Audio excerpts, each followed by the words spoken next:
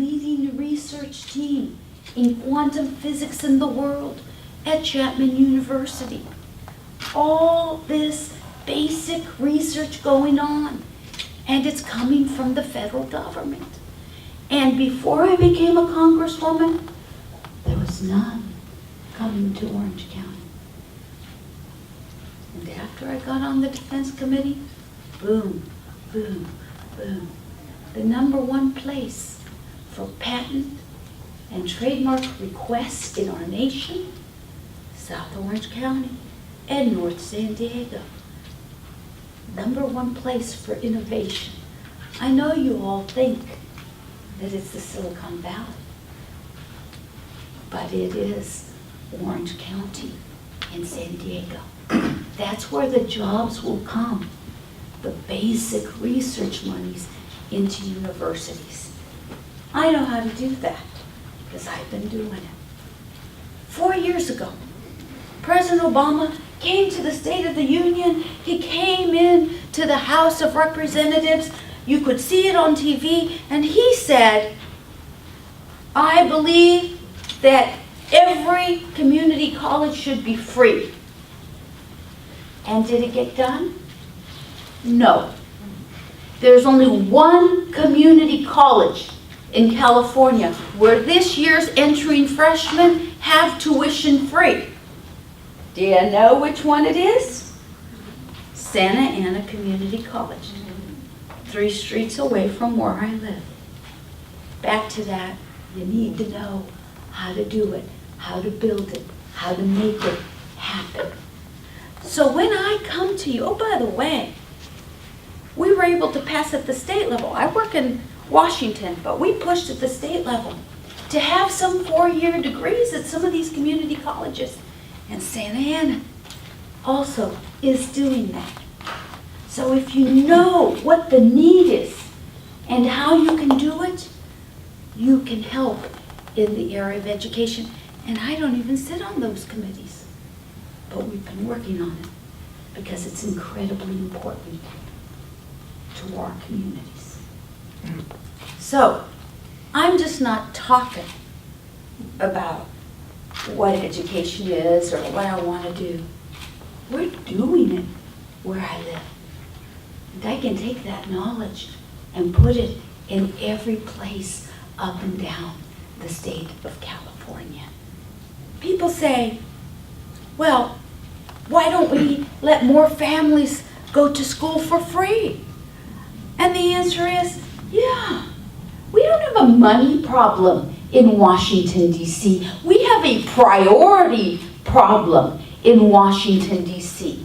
We should be investing in our people, young and old. Everybody should be going back to school. This is a time when things are changing so fast, we all need refresher courses on what the heck is happening in the world. And we can do it because the money is there. And I'll give you a very specific from the knowledge that I have.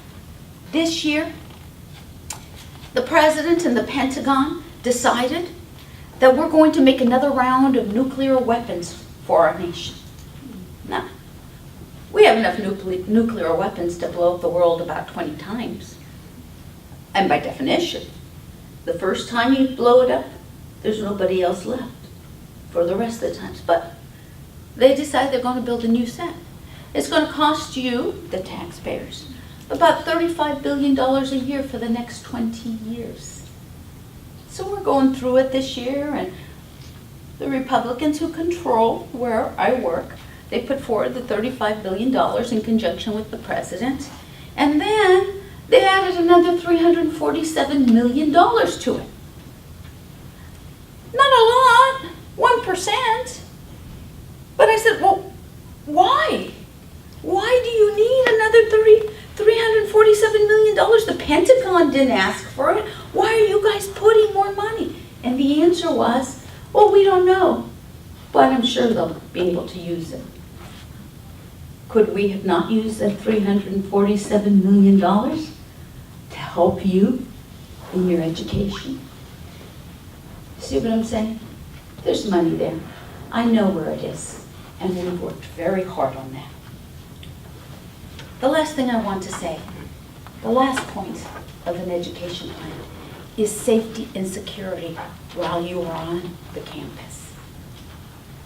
We have only to look at the Brock-Turner issue to understand how safety and security is so important for everybody when they go to a university. It's sad to say, but in the time that I've been on the military committee, we have worked hard to stamp out sexual assault in the committee, and I have been at the forefront of working on that, and I will tell you today, it's safer to be in the military than it is to be at a university. That's the truth. But we are working on that. And my plan also includes additional funds for safety at universities. And we need to do that. So, we need to help you get here. We need to help you pay and get through here. And we need to ensure that you stay strong and graduate from here. And that's what my education plan would do. Let me stop there, because I am sure that you probably have lots of questions and a lot of different topics, and I'm going to try to answer them for you. So thank you again for inviting me to be here.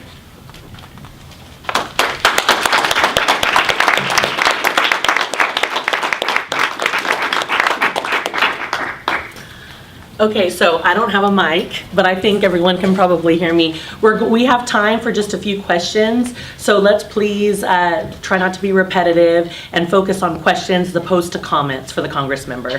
Thank you. Thank you, Congresswoman, for being here today. My question is, on top of CSU students having issues with the lack of commitment from the state of California when it comes to our tuition, how would you ensure that food and housing security and Dreamer students are being taken care of at the federal level? So that's a great question. I said to a group the other day that about 20% of students going to university have food insecurity. Food insecurity. What does that mean? That means they go to bed hungry. Now, I happen to know a little bit about that. When I went to Washington, D.C. to do my master's, and remember, my parents had other kids at home. And remember, I'm a Head Start kid, so that meant, but my parents were working, but it was really tough to make ends meet. A lot of times we just have beans and tortillas on the table at night. So I go away to school, and I don't have any money to eat. I can't tell you how many times I ate popcorn for dinner, because that's what happens. And I daren't pick up the phone and call my parents to ask them for money, because I know that asking them for money means that my brothers and sisters may not eat, or worse, that my parents will eat less. And the reality is that's what we see in our universities today. So just as what we did with the GI grant, right, where I said we were picking up room and board up to almost $2,000 a month, and we're picking up books and supplies. We can ensure that we bring down the tuition and that we also insert programs that will help with the additional costs of college. That a lot of people who don't have kids in the system, they don't know what it really, the true cost of going to college is about. So I do, and I would love to work on that. Actually, by having a student group that would actually put forward legislation with me.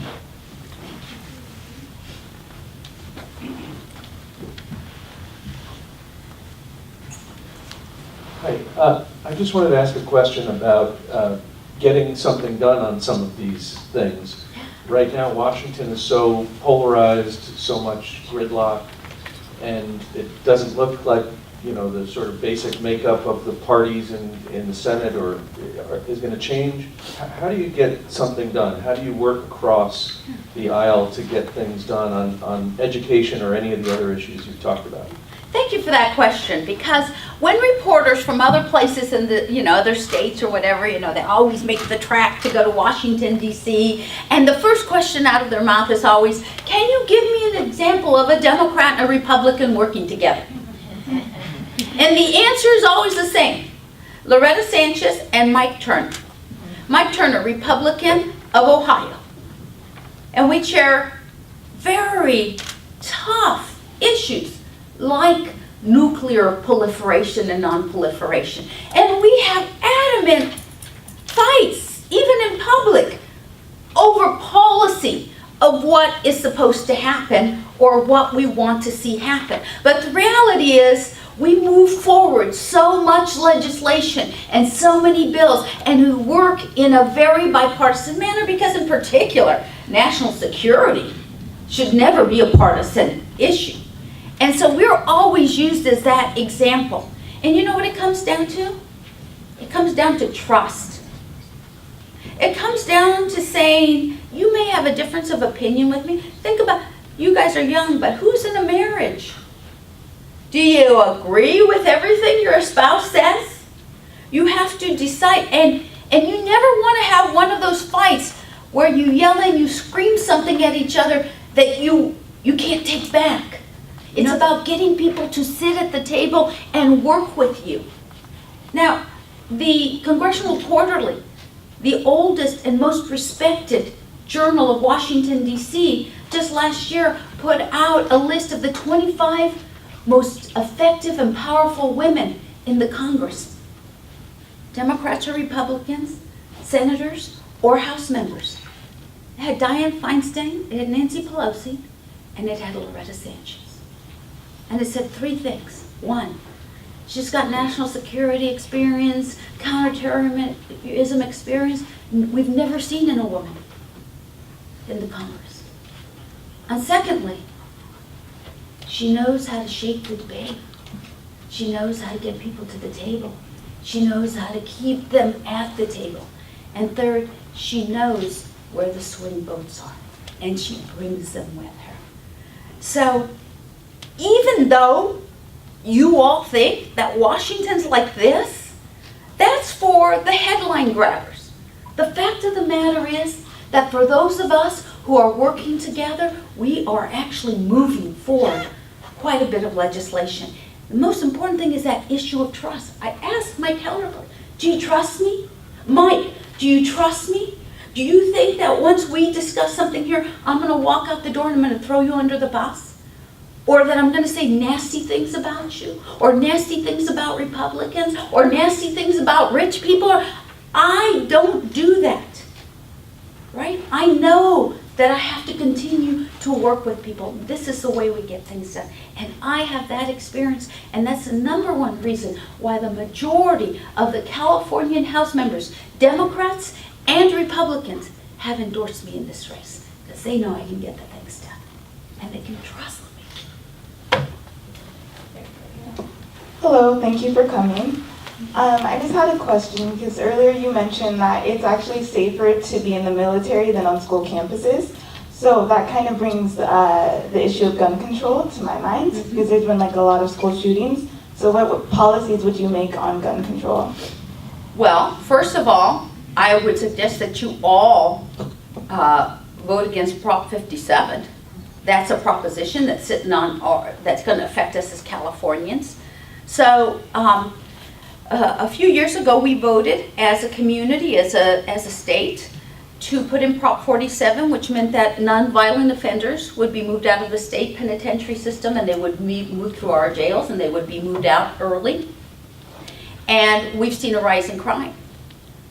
33% rise just from 2014 to 2015 in sexual assaults. A rise in homicides by gun of 9.5%. A rise in assaults using a gun of 15.9% just in 1 year. I think that's the effect of 47. So now the governor has put Prop 57 on in conjunction with my opponent, and they're trying to reclassify now the violent offenses into nonviolent. So if you discharge a gun on school property, that's nonviolent on Prop 57. if you do a carjacking with a gun, that's nonviolent. You see what I'm saying? So at the state level, you have a big ability to say no to the propensity of having weapons on the school system. But in my education plan, one of the things that we do is we develop our law enforcement to help on school grounds, and we give them funds to be able to do that. And by the way, I am for Second Amendment rights, but I'm for ones that carry responsible gun ownership with them. For example, if you're mentally ill or if you're a prior felon, you should not have a gun. And it's unfortunate because our state legislature gave $25 million to my opponent in her current position to check who has guns and who's mentally ill and who's a prior felon and get those out of their hands. And according to the state auditor, who has audited twice now, they spent all the money, but they only got 14% of the database done. So I'm for not only putting laws on the books, but to ensure that we actually follow through and we ensure there are no guns on our campuses. Thank you.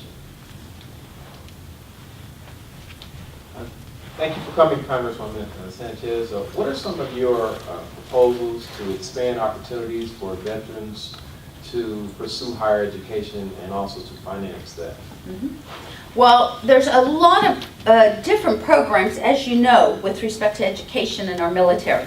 Our military officers' ranks, for example, are more educated than the members of Congress.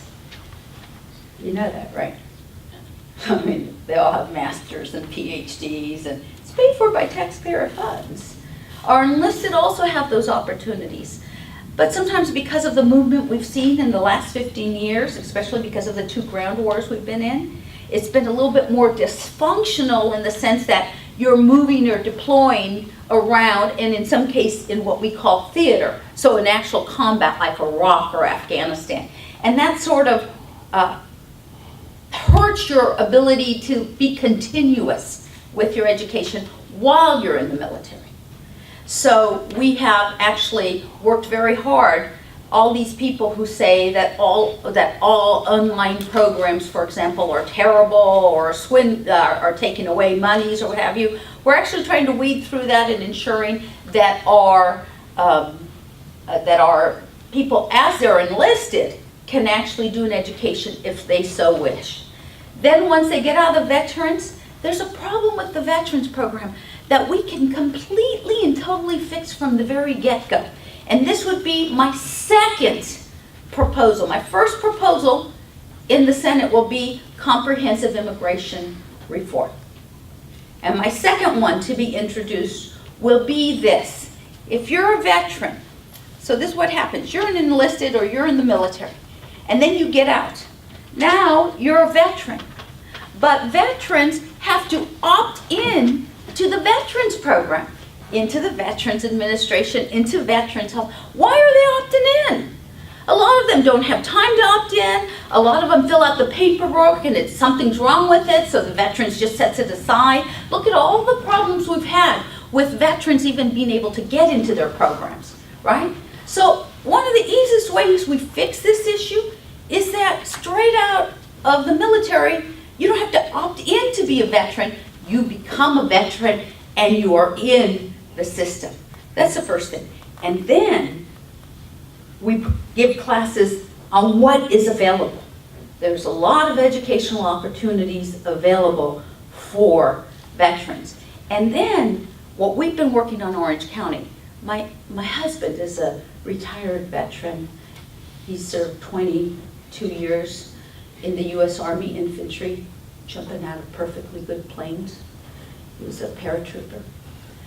He's working with our biotech community. I told you we're doing all this work down in Orange County to actually place veterans and work with them to put in.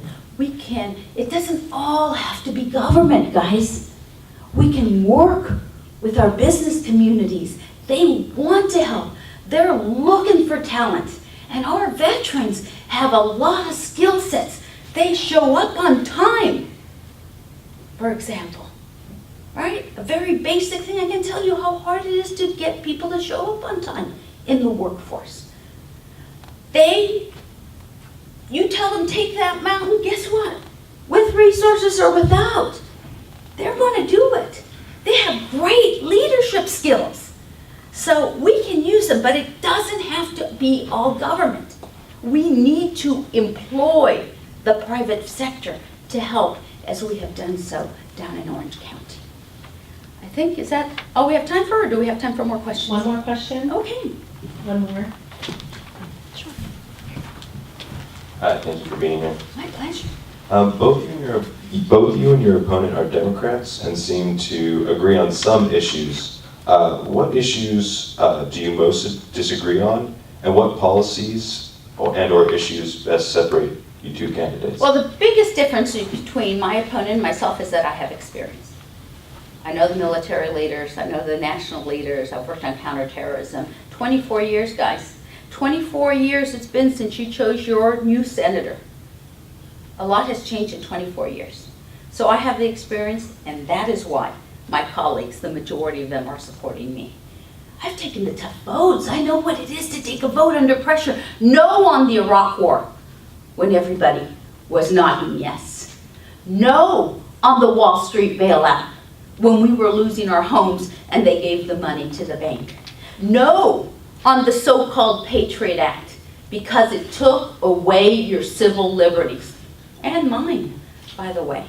So on the very tough votes, I know how to stand up to party and to lobbyists and to pressure, and sometimes even to the American people who think it's a good thing to go to war at that time. And it turns out it wasn't. And now they all admit, and they say, my God, how did you know? I have the pressure, the votes under pressure. And I have the life experience that she doesn't have. I mean, I grew up poor, she didn't. I know what it is like to move forward in life and make your life happen. On policies, it's just a little bit different for us over here. Immigration reform, my top priority in the first 60 days. You live in San Diego, you live the breakup of families every single day. It affects us a lot more than in San Francisco, where she's from. Water. Water. Have you been to the Central Valley? So the Sacramento Bee asked her, what's your water plan? She says one word, conservation. You can't conserve what you don't have. So in my area, we have the largest recycling plant for water in the world. 20 years ago when I got into the Congress, I became the champion of it. We put it up. We recycle completely all the water that we use. And we can do that here in Los Angeles, by the way. I know how to do it, how to get people to the table, how to get the monies, how to figure it out. And we need to build new water infrastructure. The last time we invested to move water around our state was in 1960. We had half the amount of people we have. We've got to invest, and those are good jobs. Invest, and we've got to open that up. I'm with Senator Feinstein. We're trying to open up the time in which we can move water. If it rains a lot and there's water up north, under the current way that San Francisco has fixed it, we don't get it. And we need it, and the Central Valley needs it. They need to feed us. So water, she's not willing to move on that. Oh, she'll come and she'll say, oh, I'm going to do this or I'm going to do that. But the reality is, you look at the newspaper where she said one word, no matter how often they asked her. And that's the reality. Now she's trying to change her words. So the answer is, I'm for immigration reform, and I know how to do it. I'm on the task force for the Hispanic caucus. Secondly, with Luis Gutierrez and I share that. Secondly, water. Third, real jobs. My opponent has never had a job in the private sector. I have. I know how to make it happen. I have an MBA. I work with business. I know how to work with them. Oh, by the way, 100% choice, 100% LGBTQ, a big human rights advocate around the world, known for that. 97% labor voting record over 20 years, 98% voting record on in the environment. I have 20 years of votes you can see of where I stand. My opponent